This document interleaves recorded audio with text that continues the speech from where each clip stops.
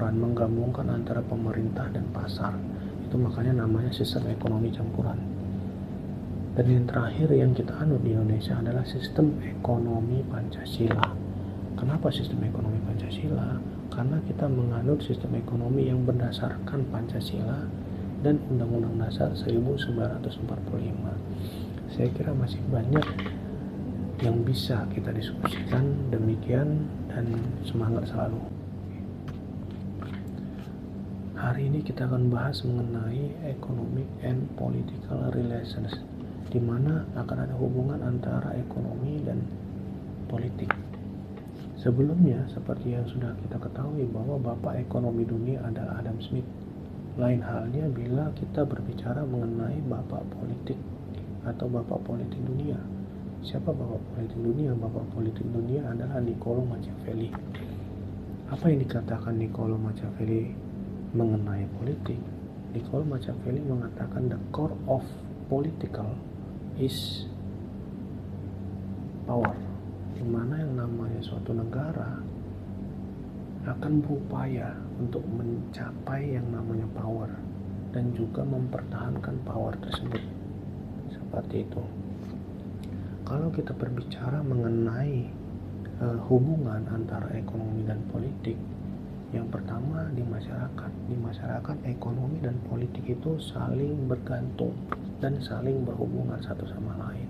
Kalau kita lihat di pemerintahan, ekonomi akan berpengaruh terhadap politik, di mana suatu kebijakan, suatu program itu akan butuh yang namanya dana, seperti itu.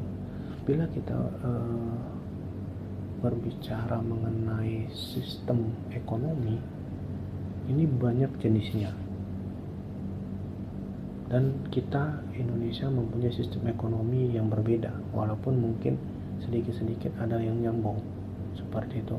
Yang pertama ada sistem ekonomi tradisional. Sistem ekonomi tradisional ini apa? Sistem ekonomi yang masih menggunakan sistem-sistem tradisional seperti barter dan lain sebagainya.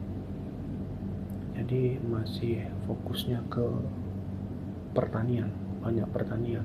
Kalau kita melihat ke sistem ekonomi komando ataupun terpusat ataupun terpimpin, ini lebih fokus kepada peran pemerintahnya. Beda halnya nanti yang ketiga, sistem ekonomi pasar atau liberal.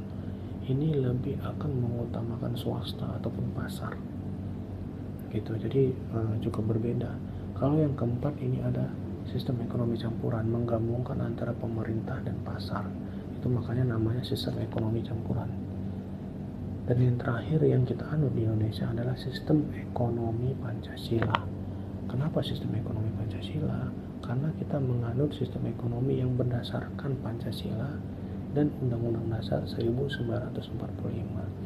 Saya kira masih banyak yang bisa kita diskusikan. Demikian dan semangat selalu.